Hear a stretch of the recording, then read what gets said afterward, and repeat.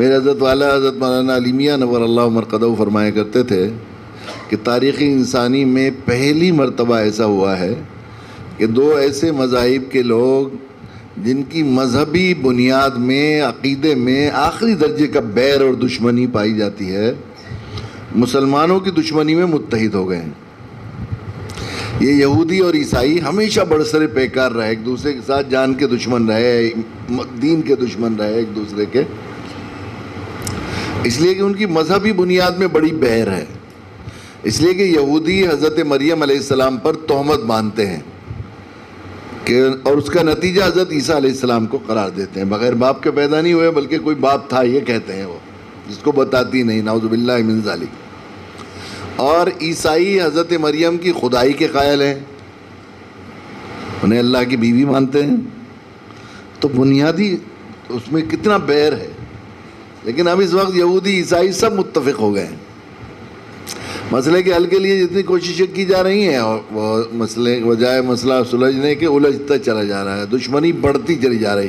ہم کتنا اپنے دین کو چھوڑتے ہیں، رواداری اختیار کرتے ہیں، چلو ان کی مذہبی اس میں چیزوں میں شریک ہو جائیں گے، اپنے حلیے کو چھوڑ دیں گے، ذرا تجدد پسند بن جائیں گے، ماڈرن بن جائیں گے، یہ کر لیں گے، سب کچھ کر لیں گے، لیکن جتنا ہم ان کی طرف کو بڑھتے چلے جا رہے ہیں اور دشمنی بڑھتی چلی جا رہی ہے۔ مسئلہ اس وجہ سے الجھ رہا ہے کہ ہم لوگ قرآن مجید، قرآن و سنت سے اپنے مسائل کو حل کرنے کے بجائے دوسرے دروں پر جا کر اپنے مرض کا علاج تلاش کر رہے ہیں۔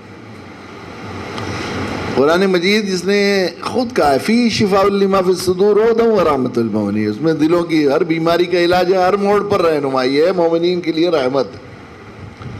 اس نسخہ بیاض اس لیے کہ طبیب حقیقی اللہ ہے، تو طبیب حقیقی کی بیاض ہے قرآن مجید۔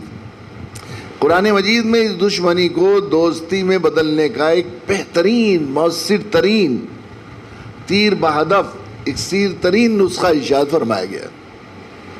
اور جب سے قرآن انسانیت کے لیے نازل ہوا ہے، آج تک کا 100% تجربہ ہے کہ جب بھی امت مسلمہ کے افراد یا جو ہے علماء یا قائدین یا عام انسانوں نے اس نسخے کو، دشمنی کو دوستی میں بدلنے کے لیے استعمال کیا، ایک دفعہ بھی ایسا نہیں ہوا ہے کہ وہ دشمنی ختم نہ ہوئی ہو، مرض بھی ختم نہ ہو، ایک دفعہ بھی ایسا نہیں ہوا کہ شفا یابی نہ ہوئی ہو۔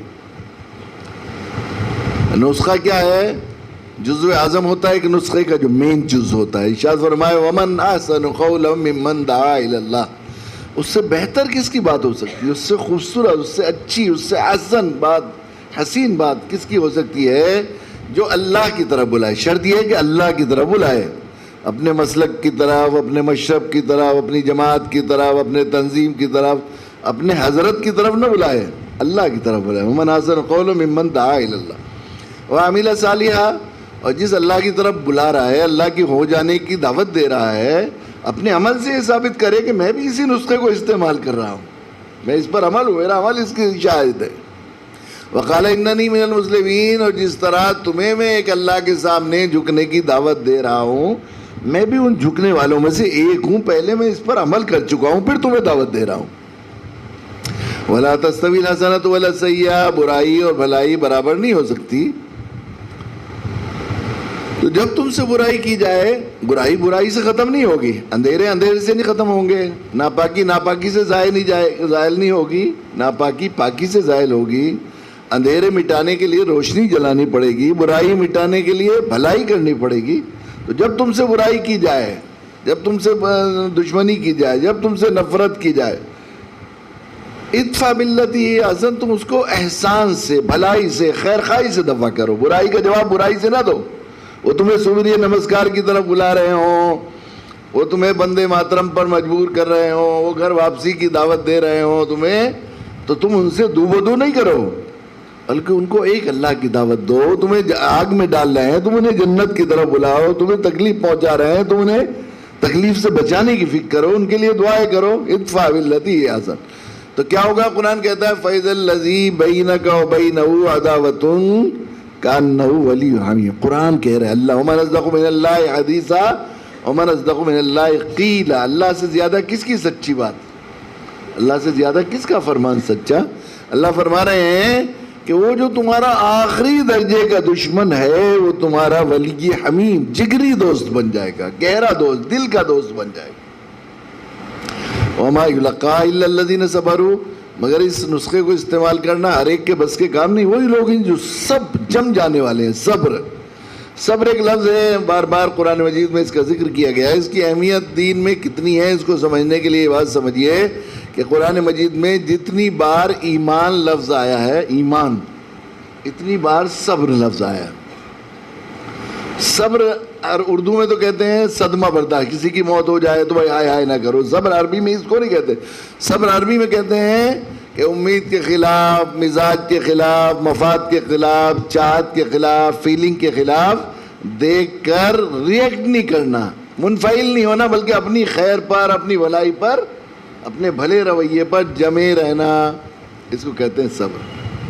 تو اس نسخے کو وہی استعمال کر سکتے ہیں جنہیں صبر کا مزہ آ گیا ہے۔ وما یلقاها الا ذو حظ عظیم، اور جو بڑے خوش نصیبے والے ہیں، جن کا نصیب میں چمکانا اللہ نے رکھ لیا ہے، وہی کرتے ہیں۔ وَإِمَّا يَنزَغَنَّكَ مِنَ الشَّيْطَانِ نَزْغٌ، ایک دشمن ہے تمہارا جو تمہیں بھلائی پر جمنے نہیں دے گا، وہ کہے گا تم نے کوئی چھوٹی ماں کی دودھ پیا ہے، اینٹ کا جواب پتھر سے دو، تم کوئی کمزور تھوڑا ہی ہو۔ جب وہ تمہیں بہکائے فَاسْتَعِذْ بِاللَّهِ، تو اللہ سے پناہ مانگ لیا کرو، اِنَّهُ هُوَ السَّمِيعُ الْعَلِيمُ، وہی تو ہے سننے والے جاننے والے۔ یہ دعوت اللہ کا نسخہ قرآن مجید نے دشمنی کو دوستی میں بدلنے کا پیش کیا ہے۔ 1400 سالہ انسانی تاریخ گواہ ہے کہ جب بھی کسی مسلمان نے طبیب اپنے آپ کو سمجھ کر اور دشمنی اور نفرت کی آگ میں جلسنے والے لوگوں کو بیمار سمجھ کر ان خیر خواہی میں اس نسخے کو دعوت اللہ کے استعمال کیا ہے، آج تک ایک دفعہ بھی ایسا نہیں ہوا ہے کہ مرض ختم نہ ہوا ہو۔